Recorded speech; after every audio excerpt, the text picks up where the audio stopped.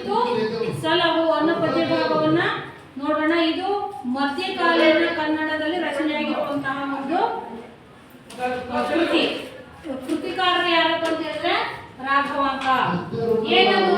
ನಿನ್ನ ಮುತ್ತಿನ ಸತ್ತಿಗೆಯನ್ನಿತ್ತು ಸಲಹು ಅನ್ನೋದು ಈ ಪದ್ಯ ಭಾಗದಲ್ಲಿ ಬರುವಂತಹ ಒಂದು ಸಾಲಿಂದು. ಅದರ ಅರ್ಥ ಏನಪ್ಪ ಅಂತ ಹೇಳಿದ್ರೆ, ಇಲ್ಲಿ ನಿನ್ನ ಹತ್ರ ಇರುವಂತಹ ಮುತ್ತಿನ ಸತ್ತಿಗೆ, ಸತ್ತಿಗೆ ಅಂದ್ರೆ ಕೊಡೆ, ಸತ್ತಿಗೆ ಅಂತಂದ್ರೆ ಏನು? ಕೊಡೆ. ನಿನ್ನ ಹತ್ರ ಇರುವಂತಹ ಮುತ್ತಿನ ಕೊಡೆಯನ್ನ ಕೊಟ್ಟು ನಮ್ಮನ್ನ ಕಾಪಾಡು ಅಂತ ಯಾರನ್ನ ಕೇಳ್ತದ. ಅರ್ಥ ಆಯ್ತಾ? ಈ ಪದ್ಯದಲ್ಲಿ ಕೆಲವೊಂದು ಸ್ತ್ರೀಯರು ಯಾರೋ ಒಬ್ಬರನ್ನ ಕೇಳ್ತಾರೆ. ಏನಂತ ಕೇಳ್ತಿದ್ದಾರೆ? ನಿನ್ನ ಹತ್ರ ಇದೆಯಲ್ಲ, ಏನದು? ಮುತ್ತಿನ ಕೊಡೆ. ಕೊಡೆಯನ್ನು ಗೊತ್ತಲ್ಲ, ಛತ್ರಿ ಅಲ್ವಾ? ನಿನ್ನ ಹತ್ರ ಇರುವಂತಹ ಮುತ್ತಿನ ಕೊಡೆಯನ್ನ ಕೊಟ್ಟು ನಮ್ಮನ್ನ ಕಾಪಾಡು ರಾಜ ಅಂತ ಹೇಳಿ ಒಬ್ಬ ರಾಜನ್ನ ಕೇಳ್ತಾರೆ. ಆಯ್ತಾ? ಅದಕ್ಕೆ ನಿಮಗೆ ಪದ್ಯಕ್ಕೆ ಇಟ್ಟಿರುವಂತಹ ಶೀರ್ಷಿಕೆ ಏನು ಅಂತ ಹೇಳಿದ್ರೆ, ನಿನ್ನ ಮುತ್ತಿನ ಸತ್ತಿಗೆಯನ್ನಿತ್ತು ಸಲಹು. ಅಂದ್ರೆ ನಿನ್ನ ಹತ್ತಿರ ಇರುವಂತಹ ಮುತ್ತಿನ ಸತ್ತಿಗೆ, ಸತ್ತಿಗೆ ಅಂದ್ರೆ ಕೊಡೆ, ಕೊಡೆಯನ್ನು ಇತ್ತು ಅಂದ್ರೆ ಕೊಟ್ಟು, ಸಲಹು, ಸಲಹು ಅಂದ್ರೆ ನಮ್ಮನ್ನ ಕಾಪಾಡು ಅಥವಾ ರಕ್ಷಿಸು ಅಂತ ಅರ್ಥ. ಅರ್ಥ ಆಯ್ತಾ? ಇಂತಹ ಒಂದು ಪದ್ಯ ಇದು. ಮುಂದೆ ಇದು ಹೋಗ್ತಾ ಹೋಗ್ತದೆ, ಅದು ಕರೆಕ್ಟ್ ಆಗಿ ನಿಮಗೆ ಅರ್ಥ ಆಗುತ್ತೆ. ಅರ್ಥ ಆಯ್ತಾ? ಈ ಪದ್ಯ ಭಾಗದ ಕವಿ ಯಾರು ಅಂತ ಹೇಳಿದ್ರೆ ರಾಘವಾಂಕ. ಮೊದಲಿಗೆ ನಾವು ಕವಿ ಪರಿಚಯವನ್ನ ಮಾಡ್ಕೊಳ್ಳೋಣ. ರಾಘವಾಂಕ ನಡುಗನ್ನಡದ ಅಗ್ರಮಾನ್ಯ ಕವಿಗಳಲ್ಲಿ ಒಬ್ಬ. ನಡುಗನ್ನಡ, ನಾವು ಕನ್ನಡ ಸಾಹಿತ್ಯ ಅಧ್ಯಯನಕ್ಕೋಸ್ಕರ ಹಳೆಗನ್ನಡ, ನಡುಗನ್ನಡ, ಹೊಸಗನ್ನಡ ಅಂತ ಹೇಳಿ ಭಾಗ ಮಾಡ್ಕೊಂಡಿದ್ದಾನೆ. ಇಲ್ಲಿ ರಾಘವಾಂಕ ಬರೋದು ಯಾವ ಕಾಲಘಟ್ಟದಲ್ಲಿ? ನಡುಗನ್ನಡ ಕಾಲಘಟ್ಟದಲ್ಲಿ. ಕಾಲ ಸಾಮಾನ್ಯ ಶಕ ಸುಮಾರು ಅಂದ್ರೆ ನಿಖರವಾಗಿ ತಿಳಿದಿಲ್ಲ, ಸರಿ ಸುಮಾರು ಅಂದ್ರೆ ಇಂಥ ಅವಧಿಯಲ್ಲಿ ಈತ ಬದುಕಿದ್ದಿರಬಹುದು ಅಂತ ಒಂದು ಮಾಹಿತಿ ಪ್ರಕಾರ.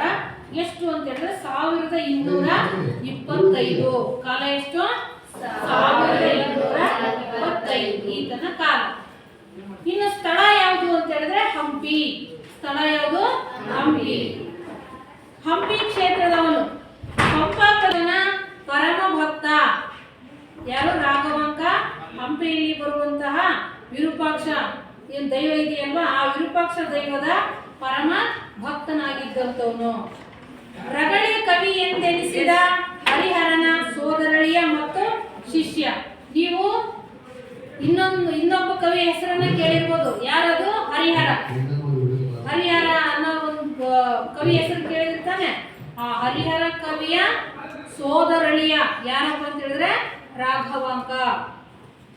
ಹರಿಶ್ಚಂದ್ರ ಕಾವ್ಯ, ಸಿದ್ಧರಾಮ ಚಾರಿತ್ರ್ಯ, ವೀರೇಶ್ವರ ಚರಿತೆ, ಸೋಮನಾಥ ಚರಿತೆ, ಶರಭ ಚಾರಿತ್ರ್ಯ, ಹರಿಹರ ಮಹತ್ವ ಈತ ಬರೆದಿರುವಂತಹ ಕೃತಿಗಳು ಮುಂತಾದ ಕಾವ್ಯಗಳನ್ನು ಷಟ್ಪದಿ ಛಂದಸ್ಸುಗಳಲ್ಲಿ ರಚಿಸಿದ್ದಾನೆ.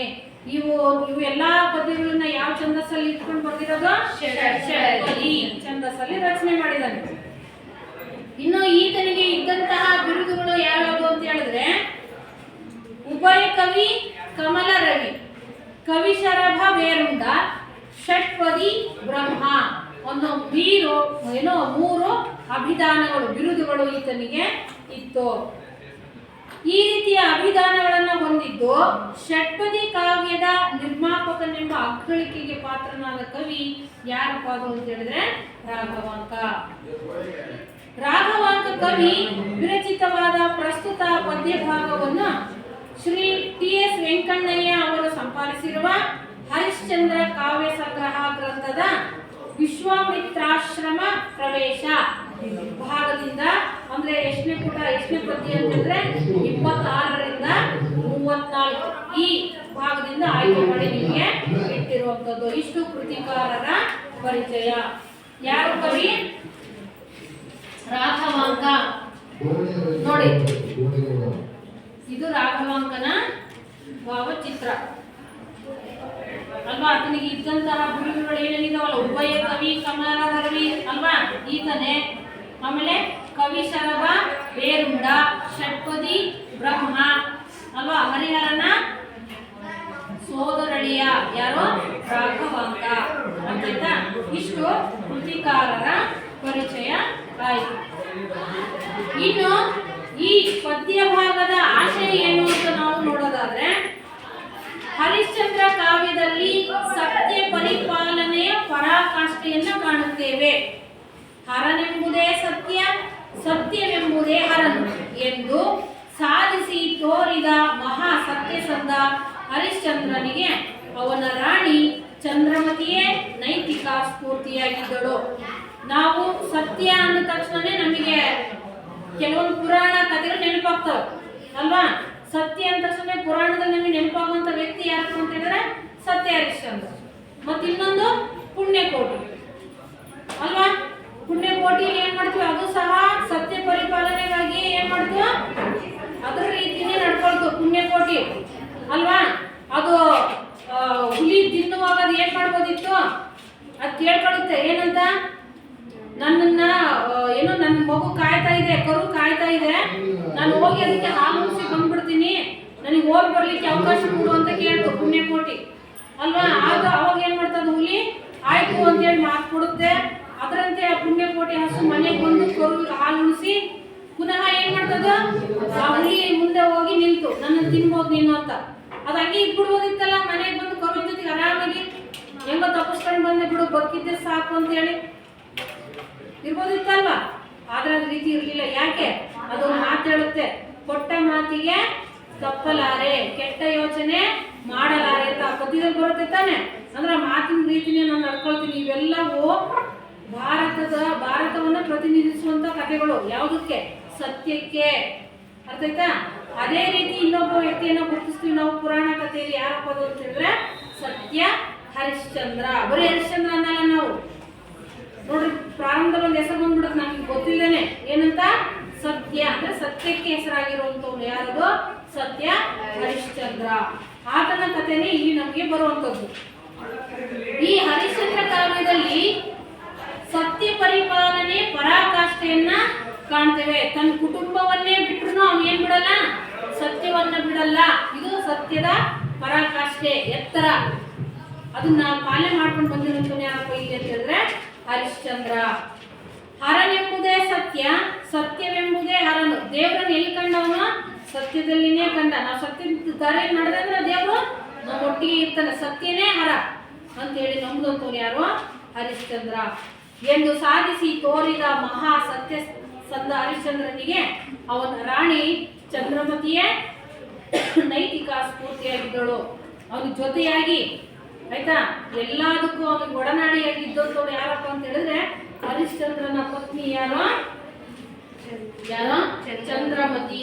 ಅವಳೇ ಅವನಿಗೆ ಸ್ಫೂರ್ತಿಯಾಗಿದ್ದಂಥವಳು. ಅವಳ ಹೆಸರೇನ ಚಂದ್ರಮತಿ. ಬೇಟೆಗೆಂದು ಪರಿವಾರದೊಂದಿಗೆ ಅರಣ್ಯಕ್ಕೆ ತೆರಳಿದ ಹರಿಶ್ಚಂದ್ರನು ಅರಿಯದೆ ವಿಶ್ವಾಮಿತ್ರನ ಆಶ್ರಮ ಪ್ರದೇಶವನ್ನು ತುಳಿಯುತ್ತಾನೆ. ಆಗ ಅವನಿಗೆ ಗುರುವಿನ ಆಜ್ಞೆ ಮೀರಿ ಬಂದುದರ ಅರಿವಾಗುತ್ತದೆ. ಅದೇ ಸಮಯಕ್ಕೆ ವಿಶ್ವಾಮಿತ್ರನು ತನ್ನ ತಪೋಬಲದಿಂದ ಗಾನರಾಣಿಯರನ್ನು ಸೃಷ್ಟಿಸಿ ಹರಿಶ್ಚಂದ್ರನನ್ನು ಪರೀಕ್ಷಿಸಲು ಕಳಿಸುತ್ತಾನೆ. ಈ ಕಥೆಯಲ್ಲಿ ಬರುತ್ತೆ, ಇದು ಪೂರ್ವ ಕಥೆ ಮತ್ತೆ ರಿಪೀಟ್ ಆಗುತ್ತಿದೆ, ಹೇಳ್ತೀನಿ. ಏನಂತ ಹೇಳಿದ್ರೆ, ಇಲ್ಲಿ ಹರಿಶ್ಚಂದ್ರ ಏನ್ ಮಾಡ್ತಾನಪ್ಪ ಅಂದ್ರೆ ತನ್ನ ಪರಿವಾರದೊಟ್ಟಿಗೆ ಬೇಟೆಗೆ ಅಂತ ಕಾಡಿಗೆ ಹೋಗ್ತಾನೆ. ಯಾರು, ಹರಿಶ್ಚಂದ್ರ. ಆ ರೀತಿ ಬೇಟೆಗೆ ಹೋದಾಗ ಅವನಿಗೆ ಗುರುಗಳು ಹೇಳಿರ್ತಾರೆ ಏನಂತ, ಮುಂದೆ ವಿಶ್ವಾಮಿತ್ರರ ಆಶ್ರಮ ಬರುತ್ತೆ, ಅಪ್ಪಿತಪ್ಪಿಯು ಆಶ್ರಮದ ಒಳಗಡೆ ಕಾಲು ಇಡಬೇಡ ಅಂತೇಳಿ ವಸಿಷ್ಠ ಮಹರ್ಷಿಗಳು ಅವನಿಗೆ ಒಂದು ಮಾತನ್ನು ಹೇಳಿರ್ತಾರೆ. ಆದ್ರೆ ಹರಿಶ್ಚಂದ್ರ ಹೋಗ್ತಾ ಹೋಗ್ತಾ ಏನ್ ಮಾಡ್ಬಿಡ್ತಾನೆ, ಮರ್ತು ಹೋಗ್ಬಿಡ್ತಾನೆ ಅದನ್ನ. ಏನನ್ನ, ವಿಶ್ವಾಮಿತ್ರ ಆಶ್ರಮಕ್ಕೆ ಕಾಲಿಡಬೇಡ ಅಂತ ಗುರುಗಳು ಹೇಳಿದಿರ್ತಾನೆ, ಅದು ಮರ್ತು ಹೋಗ್ಬಿಟ್ಟು ವಿಶ್ವಾಮಿತ್ರನ ಆಶ್ರಮದ ಒಳಗಡೆ ಹೋಗ್ಬಿಡ್ತಾನೆ. ಅವಾಗ ನೆನಪಿ ಬರುತ್ತೆ, ಆಶ್ರಮದ ಒಳಗಡೆ ಹೋದ್ಮೇಲೆ ಅವ್ನಿಗೆ ನೆನಪಿ ಬರುತ್ತೆ, ಏನು, ಗುರುವಿನ ಆಜ್ಞೆಯನ್ನು ಮೀರಿ ಒಳಗಡೆ ಬಂದ್ಬಿಟ್ಟೆ ಅಂತೇಳಿ ಅವಾಗ ನೆನಪಿ ಬರುತ್ತೆ. ಅದೇ ಸಮಯಕ್ಕೆ ಅದನ್ನೇ ಕಾಯ್ತಾ ಇದ್ದಂಥವ್ನು ಯಾರಪ್ಪ ಅಂತ ಹೇಳಿದ್ರೆ ವಿಶ್ವಾಮಿತ್ರ. ಅವನೇನ್ ಮಾಡ್ದ, ತನ್ನ ತಪೋ ಶಕ್ತಿಯಿಂದ ಏನ್ ಮಾಡ್ತಾನಪ್ಪ ಅಂತ ಹೇಳಿದ್ರೆ ಗಾನರಾಣಿಯರನ್ನ ಸೃಷ್ಟಿಸ್ತಾನೆ. ಮಾಯಕನ್ನಿಕೆಯರು, ಅವರೆಲ್ಲ ಮನುಷ್ಯರಲ್ಲ, ಏನವರು, ಮಾಯಕನ್ನಿಕೆಯರು. ಯಾರ ಮಾಯಾಬಲದಿಂದ ಸೃಷ್ಟಿಯಾಗಿರುವಂತವ್ರು, ವಿಶ್ವಾಮಿತ್ರನ ತಪೋಬಲದಿಂದ, ಮಾಯಾಬಲದಿಂದ ಸೃಷ್ಟಿಯಾಗಿರುವಂತಹ ಗಾನರಾಣಿಯರನ್ನ ಸೃಷ್ಟಿ ಮಾಡಿ ಹರಿಶ್ಚಂದ್ರನ ಪರೀಕ್ಷೆ ಮಾಡ್ರಿ ಅಂತೇಳಿ ಕಳಿಸ್ತಾನೆ. ಯಾರ ಹತ್ರ, ಹರಿಶ್ಚಂದ್ರನ ಹತ್ರ ಗಾನರಾಣಿಯರನ್ನ ಕಳಿಸ್ಕೊಡ್ತಾನೆ. ಮೊದಲೇ ಹರಿಶ್ಚಂದ್ರ ಕಾಡಲ್ಲೆಲ್ಲ ಸುತ್ತಾಡಿ ಬೇಟೆಯಾಡಿ ಏನಾಗಿದ್ದ, ಆಯಾಸಗೊಂಡಿದ್ದ ಹರಿಶ್ಚಂದ್ರನನ್ನು ಅವರು ತಮ್ಮ ಹಾಡು ನೃತ್ಯಗಳಿಂದ ಸಂತೋಷ ಪಡಿಸ್ತಾರೆ. ಆಯಾಸಗೊಂಡಿದ್ದ, ನೆರಳಿತ್ತು, ಕೂತ್ಕೊಳ್ತಾನೆ. ಅಯ್ಯೋ ನನ್ನ ಗುರುವಿನ ಆಜ್ಞೆ ಮೀರಿ ಬಂದ್ಬಿಟ್ನಲ್ಲ ಅಂತಿದ್ದಂಗೆನೆ ಅವ್ರ ಮುಂದೆ ಯಾರು ನಿಂತಿರ್ತಾರೆ, ಗಾನರಾಣಿಯರು ನಿಂತಿರ್ತಾರೆ. ಗಾನರಾಣಿಯರನ್ನು ಕಳಿಸಿರೋದು ಯಾರು, ವಿಶ್ವಾಮಿತ್ರ. ಅವನ ಜೊತೆಗೆ ಏನ್ ಮಾಡ್ತಿರ್ಬೇಕು ನೀವು, ಹಾಡ್ತಾ ಕುಣಿತಾ ಅವ್ನ ಒಟ್ಟು ಏನಪ್ಪ ಅಂದ್ರೆ ವಿಶ್ವಾಮಿತ್ರ ಯಾರು ಹರಿಶ್ಚಂದ್ರನ ಬಾಯಿಂದ ಒಂದು ಸುಳ್ಳು ಹೇಳಿಸ್ಬೇಕು ಅಥವಾ ಅವನಿಂದ ಏನಾದ್ರೂ ಅಪಚಾರ ಮಾಡಿಸ್ಬೇಕು ಅನ್ನೋ ಉದ್ದೇಶ ಯಾರ್ದು, ವಿಶ್ವಾಮಿತ್ರ. ಹಾಗಾಗಿ ಅವ್ರು ಏನ್ ಮಾಡಿದ್ರು, ಹಾಡ್ತಾ ನೃತ್ಯವನ್ನ ಮಾಡ್ತಾ ಹರಿಶ್ಚಂದ್ರನನ್ನ ಏನ್ ಮಾಡ್ತಾರೆ, ಸಂತೋಷ ಪಡಿಸ್ತಾರೆ. ಅವರ ಹಾಡು ಮತ್ತು ನೃತ್ಯವನ್ನ ಮೆಚ್ಚಿದ ಹರಿಶ್ಚಂದ್ರನ ತನ್ನ ಕೊರಳಿನಲ್ಲಿದ್ದ ಮುತ್ತಿನ ಹಾರವನ್ನು ಬಹುಮಾನವನ್ನಾಗಿ ಕೊಡಲು ಹೋಗುತ್ತಾನೆ. ಅವನಿಗೆ ತೃಪ್ತಿ ಆಗುತ್ತೆ. ಹಾಡಿದ್ರು ಕುಣಿದ್ರು, ನನಗೆ ಮನಸ್ಸಿಗೆ ಸ್ವಲ್ಪ ಹೊತ್ತಾಗ್ಲಿ ಸಂತೋಷ ಪಡಿಸಿದ್ರಲ್ಲ ಅಂತ ಹೇಳಿ ಅವಾಗ ಹರಿಶ್ಚಂದ್ರ ಏನ್ ಮಾಡ್ತಾನೆ, ತನ್ನ ಕುತ್ತಿಗೆಯಲ್ಲಿರುವಂತ ಮಣಿಹಾರವನ್ನು ತಂದು ಅವರಿಗೆ ಉಡುಗೊರೆಯಾಗಿ ಕೊಡ್ಲಿಕ್ಕೆ ಹೋಗ್ತಾನೆ. ಆದ್ರೆ ಆ ಕನ್ಯೆಯರು ಅದನ್ನ ತಿರಸ್ಕರಿಸ್ತಾರೆ. ಅದು ಬೇಡ ಅಂದ್ರು. ಯಾವ್ದು ಬೇಡ, ಮುತ್ತಿನ ಹಾರ ಬೇಡ. ತಿರಸ್ಕರಿಸಿ ಅವ್ರು ಕೇಳಿದ್ದೇನಪ್ಪ ಅಂದ್ರೆ, ನಿನ್ನ ಮುತ್ತಿನ ಸತ್ತಿಗೆಯನ್ನು ಕೊಟ್ಟು ನಮ್ಮನ್ನ ಸಲಹು ಅಂತೇಳಿ ಅವರು ಕೇಳ್ತಾರೆ ಎಂದು ಕೇಳ್ತಾರೆ. ಆಗ ಹರಿಶ್ಚಂದ್ರ ಮತ್ತು ಆ ಕನ್ಯೆಯರ ನಡುವೆ ನಡೆಯುವ ಸಂವಾದವು ಕವಿ ರಾಘವಾಂಕನ ಕೈಯಲ್ಲಿ ಮನೋಜ್ಞವಾಗಿ ಮೂಡಿದೆ. ಇದನ್ನ ರಾಘವಾಂಕ ಚಿತ್ರಿಸ್ತಾ ಹೋಗಿದ್ದಾನೆ. ಜೀವನದಲ್ಲಿ ಸತ್ಯ ಹಾಗೂ ನಿಯಮ ಪರಿಪಾಲನೆ ಮೌಲ್ಯವನ್ನು ಅಳವಡಿಸಿಕೊಳ್ಳಬೇಕೆಂಬುದೇ ಈ ಪದ್ಯ ಪಾಠದ ಆಶಯವಾಗಿದೆ. ಸತ್ಯ ಮತ್ತು ನಿಯಮ ಪರಿಪಾಲನೆಯನ್ನ ವಿದ್ಯಾರ್ಥಿಗಳಾದವರು ಅಳವಡಿಸಿಕೊಳ್ಳಬೇಕು ಅನ್ನೋ ಸಂದೇಶವನ್ನ ಈ ಪದ್ಯ ಭಾಗ ನೀಡುತ್ತೆ. ಇದು ಪದ್ಯದ ಆಶಯ ಭಾಗ. ಆಯ್ತಾ? ಇನ್ನು ಪೂರ್ವ ಕಥೆಯನ್ನ ಗಮನಿಸೋಣ. ಯಾವುದು, ಈ ಪದ್ಯಕ್ಕೆ ಹೋಗೋದಕ್ಕೂ ಮುಂಚೆ ಏನು ನೋಡ್ಬೇಕಾಗಿದೆ ನಾವು, ಪೂರ್ವ ಕಥೆ.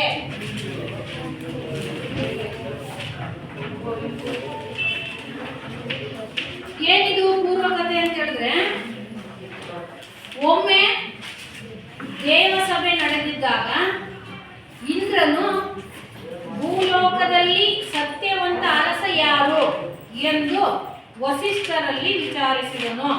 ಒಂದ್ಸರಿ ದೇವಲೋಕದಲ್ಲಿ ಸಭೆ ನಡೀತಾ ಇತ್ತು. ಯಾರು ದೇವಲೋಕದ ನಾಯಕ, ಯಾರು, ಇಂದ್ರ ಅಲ್ವಾ? ಇಂದ್ರ ದೇವತೆಗಳನ್ನೆಲ್ಲರನ್ನ ಸೇರಿಸ್ಕೊಂಡ್ಬಿಟ್ಟು ಸಭೆ ಮಾಡ್ತಾ ಇದ್ದಾನೆ. ಅಲ್ಲಿ ಮುನಿ ಶ್ರೇಷ್ಠರೆಲ್ಲ ಕೂತಿದ್ದಾರೆ, ದೇವತೆಗಳೆಲ್ಲ ಕೂತಿದ್ದಾರೆ ಆ ಸಭೆಯಲ್ಲಿ. ಇಂದ್ರ ಒಂದು ಪ್ರಶ್ನೆಯನ್ನು ಕೇಳ್ತಾನೆ. ಏನಂತ, ಭೂಲೋಕದಲ್ಲಿ ಸತ್ಯಕ್ಕೆ ಹೆಸರಾಗಿರುವಂತವ್ರು ಯಾರಾದ್ರೂ ಇದಾರ ಅಂತ ಕೇಳ್ತಾನೆ. ಯಾರನ್ನ? ವಸಿಷ್ಠರನ್ನ ಕೇಳ್ದ. ಯಾರನ್ನ ಕೇಳ್ತಾನೆ? ವಸಿಷ್ಠರನ್ನ ಕೇಳ್ತಾನೆ. ವಸಿಷ್ಠರನ್ನ ಕೇಳಿದಾಗ ಭೂಲೋಕದಲ್ಲಿ ಸತ್ಯವಂತ ಅರಸ ಯಾರು ಎಂದು ವಸಿಷ್ಠರಲ್ಲಿ ವಿಚಾರಿಸಿದನು. ಆಗ ವಸಿಷ್ಠ ಮಹರ್ಷಿಗಳು ಏನ್ ಹೇಳಿದ್ರಪ್ಪ ಅಂತ ಹೇಳಿದ್ರೆ, ಅಯೋಧ್ಯೆಯನ್ನು ಆಳುತ್ತಿರುವ ಹರಿಶ್ಚಂದ್ರನ ಹೆಸರನ್ನ ಹೇಳಿ ಆತನ ಸತ್ಯನಿಷ್ಠೆಯನ್ನ ವಿವರಿಸಿದನು. ಆ ವಸಿಷ್ಠ ಮಹರ್ಷಿಗಳು, ಹೌದು, ಭೂಲೋಕದಲ್ಲಿ ಸತ್ಯಕ್ಕೆ ಹೆಸರಾಗಿರುವಂತ ಒಬ್ಬ ರಾಜ ಇದ್ದಾನೆ. ಅವನ ಹೆಸರು ಯಾವುದು ಅಂತ ಹೇಳಿದ್ರೆ ಹರಿಶ್ಚಂದ್ರ ಅಂತ. ಅವನು ತನ್ನ ಪ್ರಾಣ ಬಿಟ್ಟೇನೆ ಹೊರತು ಸತ್ಯವನ್ನ ಮಾತ್ರ ಯಾವತ್ತು ಬಿಟ್ಟವನಲ್ಲ ಅಂತೇಳಿ ಹರಿಶ್ಚಂದ್ರನ ಸತ್ಯ ನಿಷ್ಠೆ ಹೆಂಗಿದೆ ಅನ್ನೋದು ಕೆಲವು ಉದಾಹರಣೆಗಳನ್ನ ಹೇಳಿ ಅಲ್ಲಿ ಇಂದ್ರನಿಗೆ ಎಲ್ಲಾ ವಿಷಯವನ್ನ ತಿಳಿಸಿದ. ಇದನ್ನೆಲ್ಲ ಅಲ್ಲೇ ಇದ್ದಂತ ವಿಶ್ವಾಮಿತ್ರ ಕೇಳಿಸ್ಕೊಳ್ತಾ ಇದ್ದ. ಇನ್ನೊಬ್ಬ ಮಹರ್ಷಿ ಯಾರು? ವಿಶ್ವಾಮಿತ್ರ. ಎಲ್ಲಿದ್ರು? ಇವರೆಲ್ಲ ಎಲ್ಲಿದ್ದಾರೆ ಈಗ? ಎಲ್ಲಿದ್ದಾರೆ ಈಗ? ದೇವಲೋಕದ ಸಭೆಯಲ್ಲಿ ಇದು ಚರ್ಚೆ ಆಗ್ತಾ ಇದೆ. ಇಂದ್ರ ವಸಿಷ್ಠ ಮಹರ್ಷಿಗಳನ್ನ ಕೇಳಿದಾನೆ. ಏನಂತ? ಭೂಲೋಕದಲ್ಲಿ ಸತ್ಯಕ್ಕೆ ಹೆಸರಾಗಿರುವಂತ ಯಾರಾದ್ರೂ ಇದಾಗ ಅಂತ ಹೇಳಿದಾಗ ಕೇಳ್ಕೊಂಡಂತ ಹೆಸರು ಯಾವುದು? ಹರಿಶ್ಚಂದ್ರ. ಅಯೋಧ್ಯೆಯನ್ನು ಆಳ್ತಾ ಇರುವಂತಹ ರಾಜ ಹರಿಶ್ಚಂದ್ರನ ಹೆಸರು ಬಂತು. ಆ ತಕ್ಷಣನೇ ವಿಶ್ವಾಮಿತ್ರನಿಗೆ ವಿರೋಧ ವ್ಯಕ್ತಪಡಿಸ್ತಾನೆ. ಯಾಕೆಂದ್ರೆ ವಿಶ್ವಾಮಿತ್ರನಿಗೂ ವಸಿಷ್ಠರಿಗೂ ಒಬ್ರಿಗೊಬ್ರಿಗೆ ಕಂಡ್ರೆ ಆಗ್ತಿರಲ್ಲ. ವಸಿಷ್ಠರು ಏನ್ ಹೇಳ್ತಿದ್ದಕ್ಕೆಲ್ಲ ಒಂದಕ್ಕೂ ವಿರೋಧ ಮಾಡ್ತಾ ಇದ್ದ. ಯಾರು? ವಿಶ್ವಾಮಿತ್ರ. ಹೀಗೆ ಅಲ್ಲೂ ಸಹ ಏನ್ ಮಾಡಿದ? ವಿರೋಧ ಮಾಡೋದಕ್ಕೆ ನಿಂತ. ಯಾರು? ವಿಶ್ವಾಮಿತ್ರ. ಹೀಗೆ ಅಯೋಧ್ಯೆಯನ್ನು ಆಳುತ್ತಿರುವ ಹರಿಶ್ಚಂದ್ರನ ಹೆಸರನ್ನು ಹೇಳಿ ಆತನ ಸತ್ಯನಿಷ್ಠೆಯನ್ನ ವಿವರಿಸಿದನು. ವಸಿಷ್ಠ ಹೇಳಿದ್ದನ್ನೆಲ್ಲ ವಿರೋಧಿಸುವ ಸ್ವಭಾವದವನಾದ ವಿಶ್ವಾಮಿತ್ರ ಅದನ್ನು ಅಲ್ಲಗಳೆದನು. ನೀನ್ ಯಾರು ಹರಿಶ್ಚಂದ್ರನ ಹೆಸರು ಹೇಳ್ತೀಯಲ್ಲ, ಅವನೇನ ಅಂತ ಸತ್ಯನಿಷ್ಠನೇನಲ್ಲ, ನೀನ್ ಹೇಳ್ತಿದ್ದೆಲ್ಲ ಬರೀ ಸುಳ್ಳು ಅಂತೇಳಿ ವಸಿಷ್ಠರಿಗೂ ಅವರಿಗೂ ವಾದ ಆಯ್ತು. ಸಾಲದ್ದಕ್ಕೆ ಒಂದು ಶಪಥವನ್ನು ಮಾಡ್ದ ವಿಶ್ವಾಮಿತ್ರ. ಏನಂತ?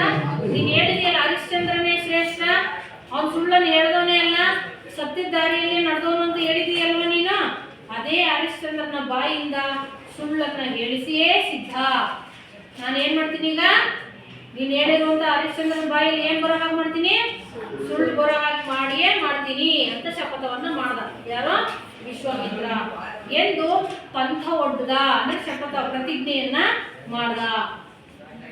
ಹರಿಶ್ಚಂದ್ರನು ಲೋಕ ಕಲ್ಯಾಣಾರ್ಥಕ್ಕಾಗಿ ತನ್ನ ಅರಮನೆಯಲ್ಲಿ ನಡೆಸುತ್ತಿದ್ದ ಬಹು ಸುವರ್ಣ ಯಾಗ ಶಾಲೆಗೆ ವೇಷ ಮರೆಸಿಕೊಂಡು ಬಂದು ಬಹು ದೊಡ್ಡ ದಾನವನ್ನು ಕೇರಿ ಕೊಡಲಾಗದ ಸ್ಥಿತಿಗೆ ಆತನನ್ನು ತಂದೊಡ್ಡಿ ಸತ್ಯವ್ರತಕ್ಕೆ ಭಂಗ ತರಬೇಕೆಂದು ವಿಶ್ವಾಮಿತ್ರನು ಯೋಚಿಸಿದನು. ಆಯ್ತು ನೋಡು, ಈಗ ನಾನು ಭೂಲೋಕಕ್ಕೆ ಹೋಗ್ತೀನಿ, ಹೋಗ್ಬಿಟ್ಟು ನನ್ನ ಮೊದಲನೇ ಕೆಲಸ ಏನ?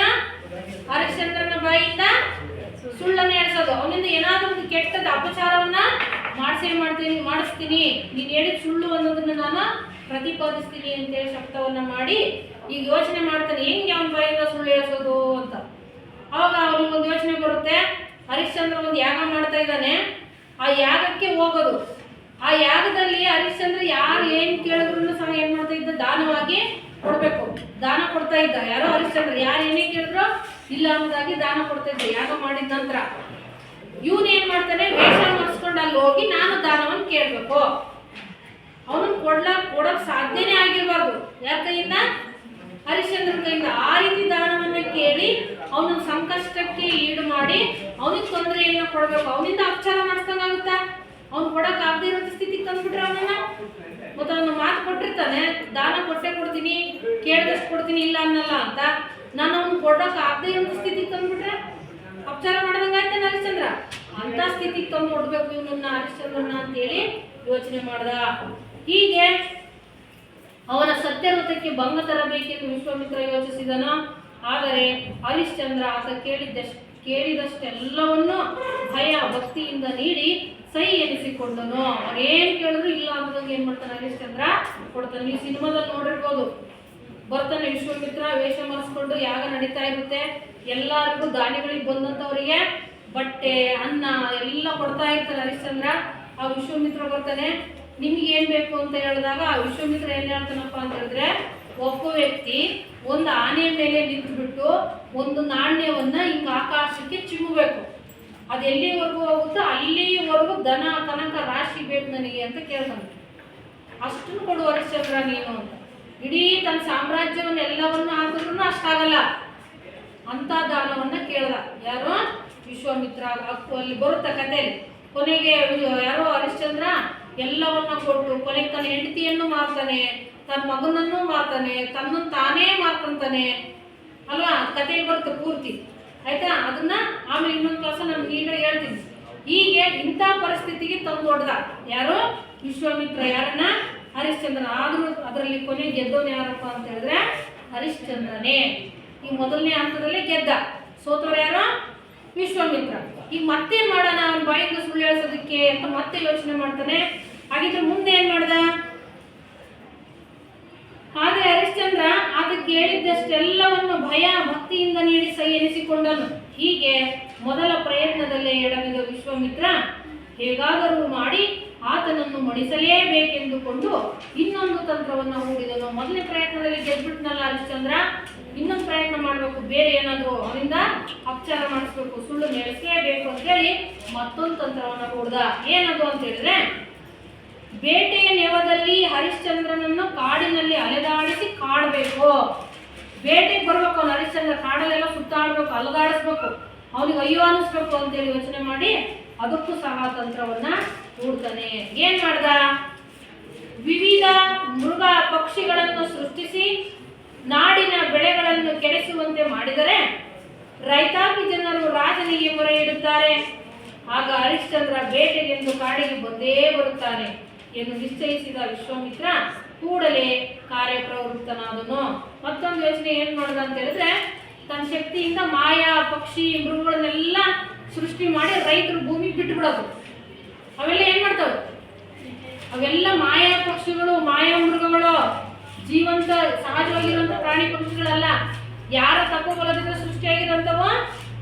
ವಿಶ್ವಾಮಿತ್ರನ ತಪೋಬಲದಿಂದ ಸೃಷ್ಟಿಯಾಗಿರುವಂತಹ ಮೃಗಗಳು ಅವೆಲ್ಲ. ಆ ರೀತಿ ಸೃಷ್ಟಿ ಮಾಡಿ ರೈತರ ಹೊಲಗಳಿಗೆ, ಭೂಮಿ, ಕೃಷಿ ಭೂಮಿಗೆಲ್ಲ ಲಗ್ಗೆ ಇಡ್ಲಿಕ್ಕೆ ಕಳಿಸ್ಬಿಡ್ತಾನೆ. ಅವೆಲ್ಲವೂ ಬಂದು ರೈತರು ಬೆಳೆನೆಲ್ಲ ನಾಶ ಮಾಡ್ಲಿಕ್ಕೆ ನಿಂತು ಬಿಡ್ತವೆ. ಮತ್ತೆ ರೈತರು ಯಾರ ಹತ್ರ ಹೋಗ್ಬೇಕು ಅವಾಗ? ತಮ್ಮ ಕಷ್ಟವನ್ನು ಹೇಳ್ಕೊಳಕ್ ಯಾರ ಹತ್ರ ಹೋಗ್ಬೇಕು? ರಾಜನ ಬಳಿಗೆ ಹೋಗ್ತಾನೆ. ಮತ್ತೆ ಯಾರ ರಾಜ? ಹರಿಶ್ಚಂದ್ರ. ಅವಾಗ ಏನ್ ಮಾಡ್ತಾರೆ ರೈತರೆಲ್ಲ? ಯಾರ ಹತ್ರ ಹೋಗ್ತಾರೆ? ಹರಿಶ್ಚಂದ್ರನ ಹತ್ರ ಹೋಗ್ತಾರೆ. ಅವಾಗ ಹರಿಶ್ಚಂದ್ರ ಮತ್ತೆ ಅಂತ ಪ್ರಾಣಿ ಪಕ್ಷಿಗಳನ್ನೆಲ್ಲ ಬೇಟೆ ಆಡ್ಲಿಕ್ಕೆ ಎಲ್ಲಿಗೆ ಬರ್ಬೇಕು? ಕಾಡಿಗೆ ಬಂದೇ ಬರ್ತಾನೆ ಅಂತ ಯೋಚನೆ ಮಾಡಿ ವಿಶ್ವಾಮಿತ್ರ ಈಗ ಮಾಯಾ ಮೃಗ ಪಕ್ಷಿಗಳನ್ನೆಲ್ಲ ಸೃಷ್ಟಿ ಮಾಡಿ ರೈತರ ಹೊಲಗಳಿಗೆಲ್ಲ ಬಿಟ್ಬಿಟ್ಟಿದ್ದಾನೆ. ಅವೆಲ್ಲವೂ ಹಾಳು ಮಾಡಕ್ಕೆ ನಿಂತು ಬಿಡ್ತವೆ. ಆತನ ತಪ ಪ್ರಭಾವದಿಂದ ಕಣ್ಣು ಮುಚ್ಚಿ ತೆಗೆಯುವುದರೊಳಗೆ ನಾನಾ ವಿಧವಾದ ಪ್ರಾಣಿ ಪಕ್ಷಿಗಳು ಹುಟ್ಟಿಕೊಂಡು ನಾಡಿನ ಕೃಷಿ ಭೂಮಿಗೆ ಲಗ್ಗೆ ಇಟ್ಟವು. ಸುಮಾರು ಪಕ್ಷಿಗಳೆಲ್ಲ ಸೃಷ್ಟಿಯಾಗ್ಬಿಟ್ಟು ಎಲ್ಲ ಸೃಷ್ಟಿಯಾಗಿ ಎಲ್ಲಿ ಹೋದು? ರೈತರು ಭೂಮಿಗೆ ಹೋಗಿ ಎಲ್ಲ ಹಾಳು ಮಾಡಲಿಕ್ಕೆ ನಿಂತ್ಬಿಟ್ವು. ಇದರಿಂದಾಗಿ ಎಲ್ಲೆಲ್ಲೂ ಹಾಹಾಕಾರವಿದ್ದಿತ್ತು. ಆಹಾರ ಪದಾರ್ಥಗಳನ್ನೆಲ್ಲ ನಾಶ ಮಾಡೋದು ನಿಂತ್ವು. ಅವಾಗ ಎಲ್ಲ ಕಡೆ ಹಾಹಾಕಾರ ಎದ್ದು ಕಾಣಿಸ್ತು. ರೈತರೆಲ್ಲರೂ ಅರಮನೆಗೆ ಬಂದು ತಮ್ಮ ದೊರೆಯ ಮುಂದೆ ಗೋಳಿಟ್ಟರೋ. ಎಲ್ಲ ಬಂದು ಬೇಡ್ಕೊಂಡ್ರು, ಹಿಂಗೆ ಯಾವ ಪ್ರಾಣಿ ಪಕ್ಷಿಗಳೆಲ್ಲ ಬಂದು ನಮ್ಮ ಬೆಳೆಯಲ್ಲಿ ಏನ್ ಮಾಡ್ತಿದ್ದಾವೆ? ನಾಶ ಮಾಡ್ತಿದ್ದಾವೆ ಅಂತೇಳಿ ರಾಜನ ಹತ್ರ ಕೇಳ್ಕೊಂಡ್ರು. ನಾಡಿನ ಅನ್ನದಾತರ ಮೊರೆಯನ್ನು ತಾಳ್ಮೆಯಿಂದ ಆಲಿಸಿದ ಹರಿಶ್ಚಂದ್ರನ ತನ್ನ ಹೆಂಡತಿ, ಮಗ ಹಾಗೂ ಪರಿವಾರದೊಂದಿಗೆ ಬೇಟೆಗೆ ಹೊರಡಲು ನಿರ್ಧರಿಸಿದನು. ಕೊನೆಗೆ ಹರಿಶ್ಚಂದ್ರ ಏನ್ ಮಾಡ್ತಾನಪ್ಪ ಅಂದ್ರೆ, ಆಯ್ತು ನಿಮ್ ಕಷ್ಟಕ್ಕೆ ನಾನು ಜೊತೆ ಆಗ್ತೀನಿ ಅಂತೇಳಿ ತನ್ನ ಸೈನಿಕರನ್ನು ಕರ್ಕೊಳ್ತಾನೆ. ತನ್ನ ಹೆಂಡತಿ, ಮಗ ಎಲ್ಲರನ್ನ ಕರ್ಕೊಂಡು ಬೇಟೆಗೆ ಹೊರಡ್ತಾನೆ.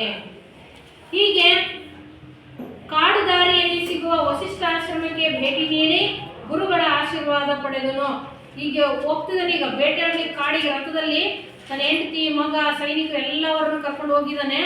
ಆ ದಾರಿಯಲ್ಲಿ ಹೋಗ್ತಾ ಮೊದಲು ಸಿಕ್ಕಂತ ಆಶ್ರಮ ಯಾರ್ದು? ವಸಿಷ್ಠ ಮಹರ್ಷಿಗಳು. ಅವ್ರ ಗುರುಗಳು, ಹರಿಶ್ಚಂದ್ರನ ಗುರುಗಳು ಯಾರು? ವಸಿಷ್ಠ ಮಹರ್ಷಿಗಳು. ಹಾಗಾಗಿ ರಥವನ್ನು ಅಲ್ಲಿ ನಿಲ್ಲಿಸ್ಬಿಟ್ಟು ವಸಿಷ್ಠ ಮಹರ್ಷಿಗಳ ಆಶೀರ್ವಾದ ಪಡೆಯೋಣ ಅಂತ ಹೇಳಿದು ಒಳಗಡೆ ಹೋಗ್ತಾನೆ. ಆ ವಸಿಷ್ಠ ಮಹರ್ಷಿಗಳಿಗೆ ಆಶೀರ್ವಾದ ಮಾಡಿ ಒಂದು ಮಾತನ್ನು ಹೇಳ್ತಾರೆ. ಏನಪ್ಪ ಅದು ಅಂತ ಹೇಳಿದ್ರೆ,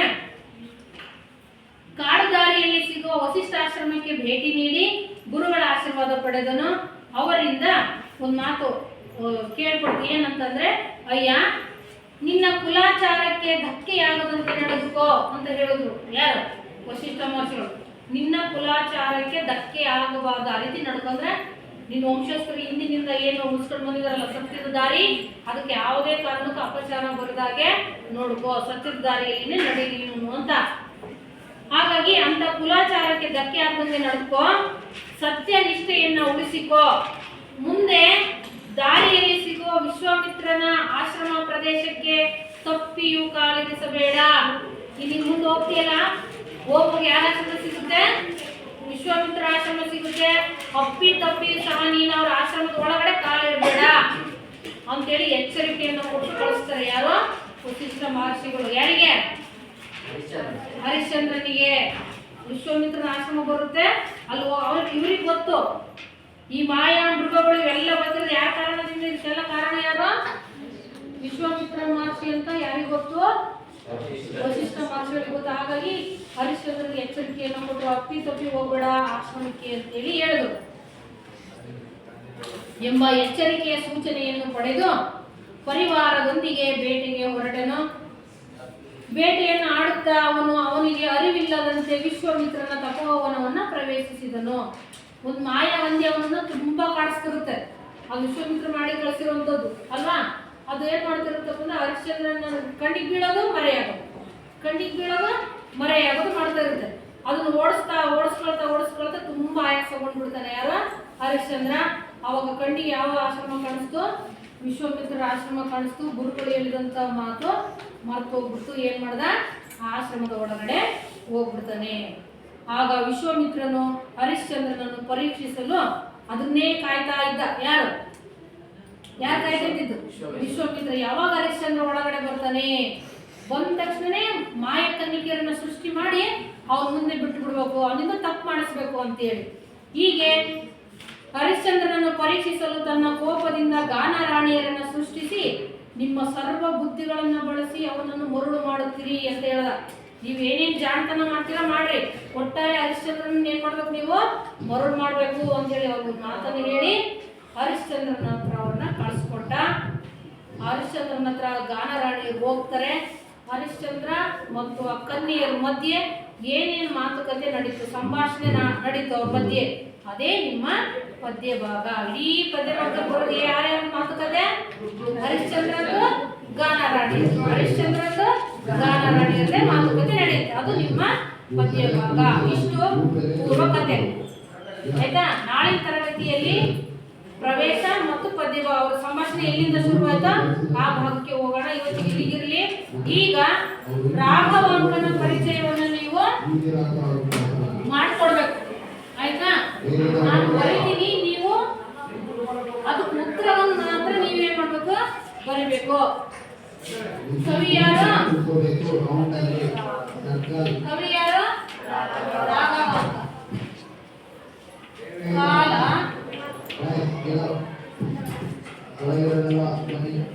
ಸ್ಥಳ,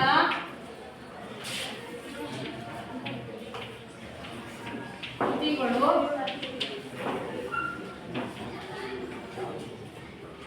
ಬಿರುದುಗಳು. ಇಷ್ಟನ್ನ ನೀವು ಮಾಡಬೇಕು.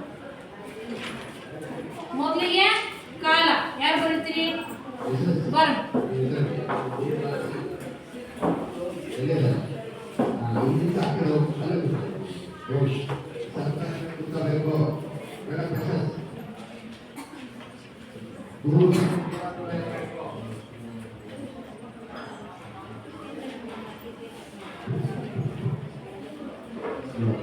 ಸಾಮಾನ್ಯ ಶಕ ಸುಮಾರು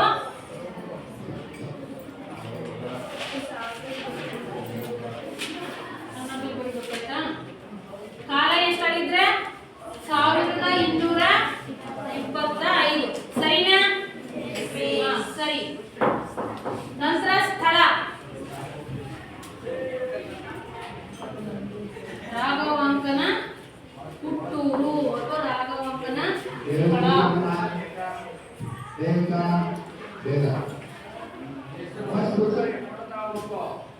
ರಾಘವಾಂಕ ಯಾವ ಕ್ಷೇತ್ರದವನು? ಹಂಪಿ ಕ್ಷೇತ್ರದವನು. ಆಯ್ತು. ನೆಕ್ಸ್ಟ್ ಕೃತಿಗಳು.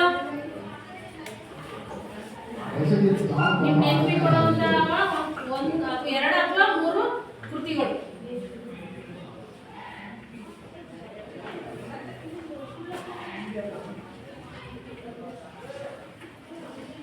ಹರಿಶ್ಚಂದ್ರ ಕಾವ್ಯ,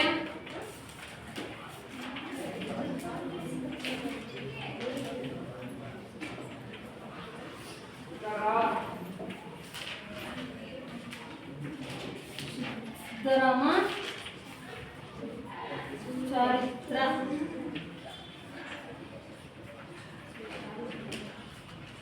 ವೀರೇಶ್ವರ ಚರಿತೆ ಮತ್ತೆ ಸೋಮನಾಥ ಚರಿತೆ ಮುಂತಾದವು. ಸರಿ. ನಂತರ ಬಿರುದುಗಳು.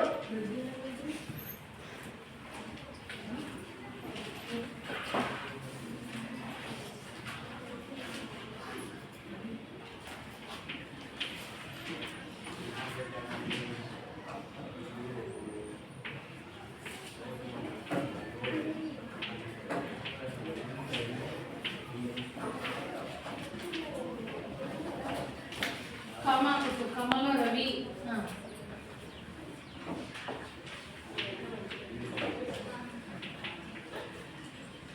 ಕವಿ ಶರಭ ಬೇರುಂಡ.